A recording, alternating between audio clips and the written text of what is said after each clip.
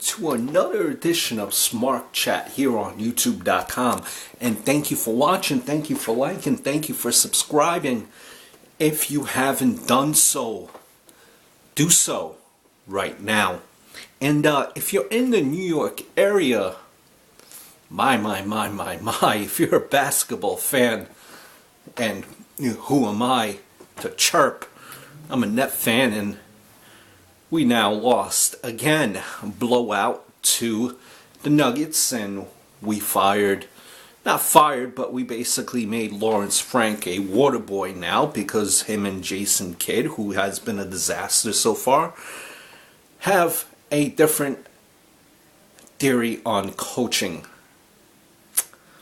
But the Knicks, if you read the paper according to the Post, the Knicks are interested, or at least would be interested, in Jeff Van Gundy, being that Woodson is on the hot seat. And this story is from the New York Post, and the story goes where basically last year Jeff Van Gundy, when he was doing a game at MSG, Madison Square Garden, him and Dolan exchanged pleasantries. That was last year. Then more recently, Jeff Van Gundy ran on ESPN, and he mentioned that he regrets leaving the Knicks in the 2001-2002 season by basically quitting, which he did.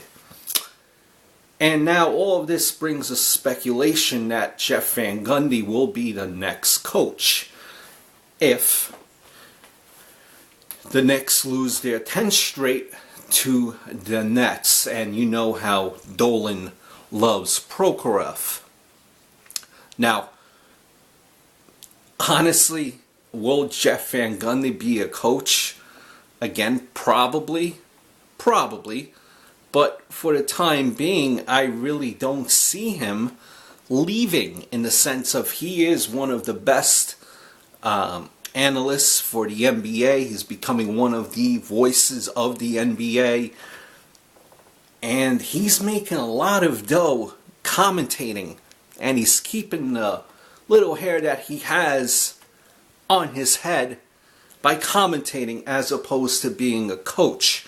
Now, Jeff Van Gundy had said, or at least closest to him have said, that if he were to coach again, it wouldn't be in the middle of the season, because that's a tough job to do. It would be rather at the beginning or when the season starts. So all likelihood, if rumors are true, Woodson would be fired, let go, and the interim coach, and then they will make a play, the Knicks, for Jeff Van Gundy. Now, here are my thoughts on it, and basically this is the Knicks in practice, and you've been hearing that Carmelo Anthony, the so-called star of the team, is saying that his team is lacking confidence and the practices haven't been going well, and it's just been a disaster, basically, in those words. But pretty much this is the practice that goes on in Knicks. Okay? Dribble, dribble, dribble, dribble, dribble, dribble, shoot, clank, J.R. Smith. Or dribble, dribble, dribble, dribble, pass to Carmelo Anthony, play A. Play B, dribble, dribble, dribble, dribble, pass to Carmelo Anthony. Play C, dribble, dribble, dribble, dribble, pass to Carmelo Anthony. You get the point. Basically, the reason, at least my opinion, why the Knicks are where they are is the involvement of players is just solely Carmelo Anthony, and the team does not play defense. When you have players like LeBron James, Michael Jordan, Kobe Bryant, not only were they offensive players, they were defensive masters. They loved playing defense. And Carmelo Anthony, though he is a great offensive player, will never be known as a great all-around one of the top elite players because, in my opinion, you need to play defense, which he doesn't. You also hear Woodson having, had this reputation of being a defensive coach, accountability, but it seems like none of that has been happening. He's not in good relationships by all accounts with Shepard, and he's one of the defensive guys on the team. Carmelo Anthony and Shumpert also have had their problems based on reports. So it all comes down to this. No matter what coach you bring in, if you have Carmelo Anthony on your team, you're not going to win. Because Carmelo Anthony, whether it be he demands the ball or whatever it may be, the Knicks just feel obligated to give him the ball all the time,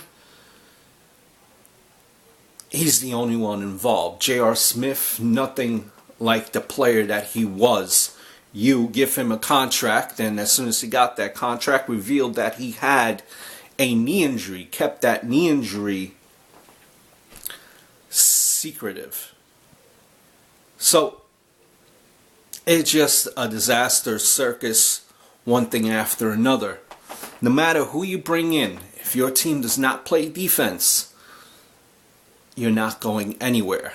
And with Carmelo Anthony as the star centerpiece of your team, you're not going anywhere either. Now I know you will argue with me that they won 50 some odd games last year. But that was last year, when they had a healthy Chandler, when they had Martin and Wallace for that time.